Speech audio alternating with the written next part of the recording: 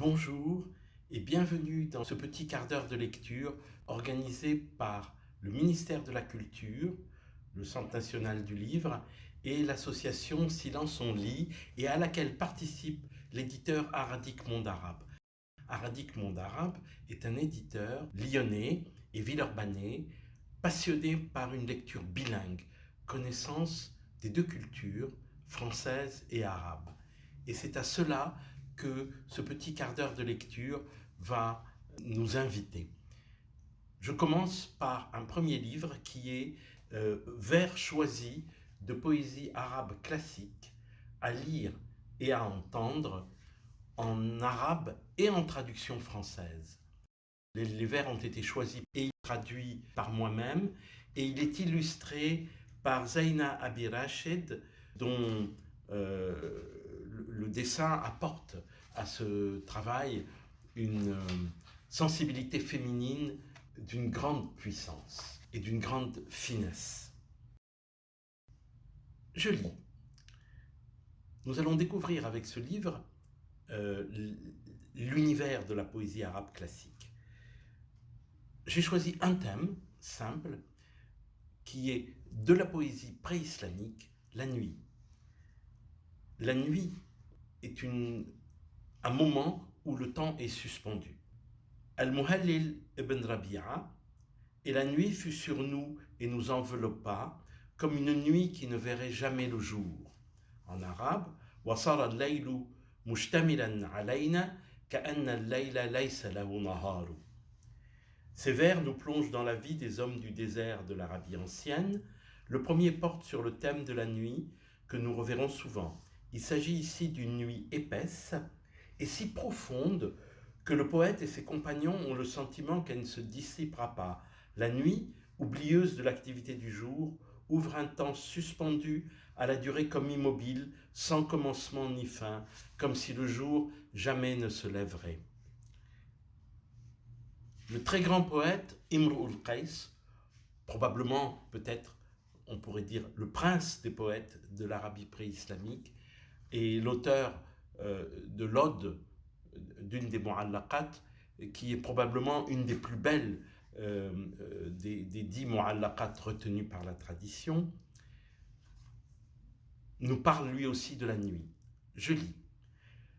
وَلَيْلٍ كَمَوْجِ الْبَحْرِ أَرْخَى سُدُولَهُ عَلَيَّ بِأَنْوَاعِ الْهُمُومِ لِيَبْتَلِي فقلت له لما طمطت بصلبه وأردف أعجازا وناء بكلكلي ألا أيها الليل الطويل ألا انجلي بصبح وما الإصباح منك بأمثلي فيا لك من ليل كأن نجومه بأمراس كتان إلى الصم جندلي.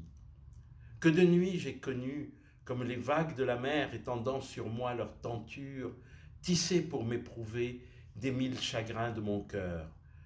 Je criais à chacune quand son dos s'allongeait, quand sa croupe entraînée du poitrail s'écartait. Allez, trop longue nuit, allez, fais naître le matin. Mais nulle aube après toi ne me soulagera. Ô nuit, étrange nuit, aux astres arrimés par des cordes de lin au plus sourd des rochers. Je lis le commentaire. Ces 4 vers appartiennent à la grande ode Mu'allaqa du poète. On ne peut que recommander aux personnes ne maîtrisant pas parfaitement l'arabe de répéter ces vers et, si possible pour eux, de les retenir afin de se pénétrer de leur rythme et de celui de la langue arabe classique. Il porte sur le thème de la nuit, qui revient à plusieurs reprises dans ce recueil et qui est ici développé. Dans le désert, la nuit est étoilée et parfois les étoiles paraissent très proches. On a la sensation de pouvoir presque les toucher, comme dans le dernier vers. Premier vers. Que de nuit j'ai connu comme les vagues de la mer étendant sur moi leur tenture, tissées pour m'éprouver des 1000 chagrins de mon cœur. La nuit est une période hantée par les soucis et les chagrins, l'homme étant seul avec lui-même. L'image exprime le poids qui pèse sur son cœur. Deuxième vers. Je criais à chaque nuit, quand sa croupe entraînée du poitrail s'écartait, allez, trop longue nuit, allez, fais naître le matin, mais nulle aube après toi ne me soulagera. La longueur de la nuit est comparée à une monture au galop dont le mouvement allonge comme indéfiniment le corps. L'image projette le mouvement du temps dans un espace quasi charnel où l'homme et sa monture ne font qu'un. Troisième vers, je lui criai, « Allez, trop longue nuit, allez, fais naître le matin, mais nulle aube après toi ne me soulagera. ألا أيها الليل الطويل ألنجلي بصبح وما الإصباح منك بأمثلي. » Devant cette longueur du temps, le poète enjoint à la nuit de se dissiper.